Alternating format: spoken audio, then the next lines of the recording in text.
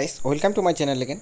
তো দেখো চলে আসছি নতুন একটা ভিডিও নিয়ে। তো আজকের এই ভিডিওটাতে আমরা মূলত যে বিষয়টা নিয়ে আলোচনা করব সেটি হচ্ছে অঙ্গনওয়াড়ি কর্মী যারা রয়েছেন সেই অঙ্গনওয়াড়ি কর্মীদের যে প্রি প্রাইমারি ট্রেনিংয়ের কথা যেটা বলা হয়েছিল নতুন educational policy, new educational policy অনুযায়ী যে প্রত্যেকটি অঙ্গনওয়াড়ি কর্মীদের কিন্তু প্রি প্রাইমারির যে ট্রেনিংটা সেটা নিতে হবে, ঠিক আছে।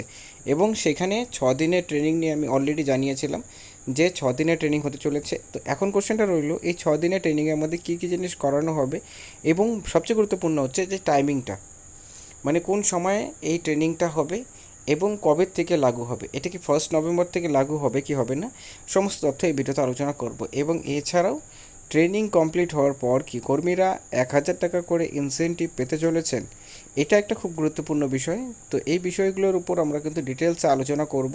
তাই অঙ্গনওয়াড়ি কর্মী, অঙ্গনওয়াড়ি সহায়িকারা হয়ে থাকলে পরে কিন্তু অবশ্যই ভিডিওটি শেষ পর্যন্ত দেখবে এবং দেখার পর নিজের মতামত অবশ্যই কমেন্ট সেকশনে কমেন্ট করে জানাবে।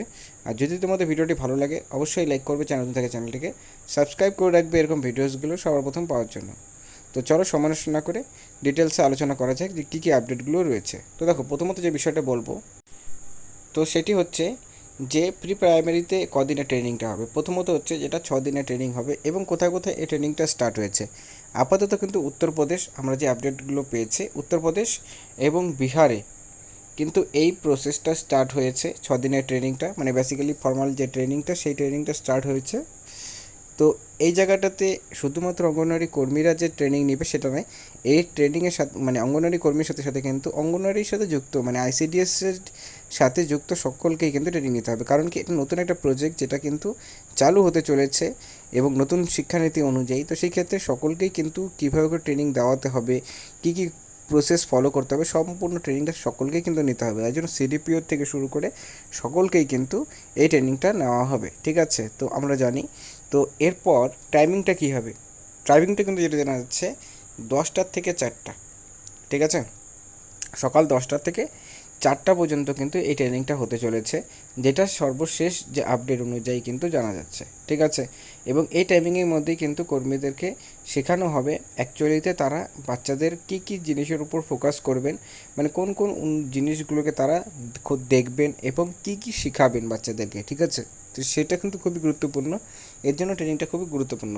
এবং এছাড়া কবে থেকে স্টার্ট হতে পারে, তো দেখো এটা নিয়ে যে আপডেটটা পাওয়া যাচ্ছে যে পুজোর পরেই, কিন্তু যেহেতু নতুন শিক্ষানীতি অনুযায়ী এটাকে কার্যক্রম করা হয়েছে, আমরা জানি যে সরকার পরিবর্তন হওয়ার পর কেন্দ্র সরকার এবং রাজ্য সরকার দুটোই কিন্তু একই সরকার রয়েছে। তো সেই ক্ষেত্রে এটা কিন্তু চালু হতে চলেছে এবং আমরা রিসেন্ট টাইমসে দেখেছি যে দীর্ঘদিনের যে আয়ুষ্মান ভারত থেকে শুরু করে বিভিন্ন কাজ যেগুলো আটকে ছিল সেগুলো কিন্তু রীতিমতো নতুন সরকার আসার পর তারা কিন্তু এগুলাকে সম্পূর্ণ অ্যাপ্রুভ করে দিয়েছে এবং সেই কাজগুলো কিন্তু রীতিমতো স্টার্ট হয়েও গিয়েছে। তো সেদিকে দেখতে গেলে পর অঙ্গনওয়াড়ি কর্মীদেরও কিন্তু এই যে যেটা এতদিন আটকে ছিল সেই কাজটা কিন্তু ট্রেনিংটা স্টার্ট হতে চলেছে। এবং এটা ট্রেনিংয়ের টাইমিংটাও আমি বলে দিলাম যে 10 থেকে 6। হ্যাঁ, সেটা কিন্তু সময় অনুযায়ী সিজন অনুযায়ী টাইমিংটা ডিফারেন্স হতে পারে, বাট মোস্ট অফ দ্য কেসেসের চান্স রয়েছে 10টা থেকে 4টার সময় কিন্তু এই ট্রেনিংটা হওয়ার সম্ভাবনা রয়েছে। এখন কোথায় হবে না হবে এটা নিয়ে কিন্তু ডিটেলস ভেন্যু কিন্তু নিয়ে আমরা অবশ্যই নেক্সট টাইম ভিডিও বানাবো এবং সেই ভিডিওটাতে ডিটেলসে জানাবো। আর তারপর হলো যে কবে থেকে চালু হবে, তো পুজোর পর থেকে কিন্তু এটা চালু হতে চলেছে। কারণ এখন কিন্তু বিভিন্ন রকমের যে কাজগুলো অঙ্গনওয়াড়ি কর্মীদেরও বিভিন্ন কাজের চাপ রয়েছে, তাদের কিন্তু সার্ভের কাজ থেকে শুরু করে সেন্সাসের কাজ পর্যন্ত তাদের করতে হচ্ছে। তো সেই ক্ষেত্রে পুজোর পর কিন্তু এই কর্মীদের এই ট্রেনিংটা স্টার্ট হতে চলেছে এবং সেখানে তাদেরকে এই ট্রেনিংটা করতে হবে। এবং সবচেয়ে গুরুত্বপূর্ণ যেটা যে এইটা করার পর তাদেরকে কোনো টাকা দেওয়া হবে কিনা বা 1,000 টাকা দেওয়া হবে কিনা, দেখো সেন্সাসের কাজের জন্য কিন্তু কর্মীরা টাকা পাচ্ছেন। তো সেক্ষেত্রে এই ট্রেনিংটা হওয়ার পর তারা টাকা পাবেন কিনা এ নিয়ে কিন্তু ক্লিয়ারিটি এখনও পর্যন্ত আসেনি। তো যখনই ক্লিয়ারিটিটা আসবে আমরা অবশ্যই সবার সাথে শেয়ার করার চেষ্টা করব। বাট একটা সম্ভাবনা কিন্তু তৈরি হয়েছে যে কর্মীরা কিন্তু ট্রেনিংয়ের পর অবশ্যই কিছু টাকা তারা ইনসেন্টিভ হিসাবে পেতে পারেন, কিন্তু সেই টাকাটা শুধুমাত্র ট্রেনিং কমপ্লিট করার পর যে তাদেরকে দেওয়া হবে সেমন না।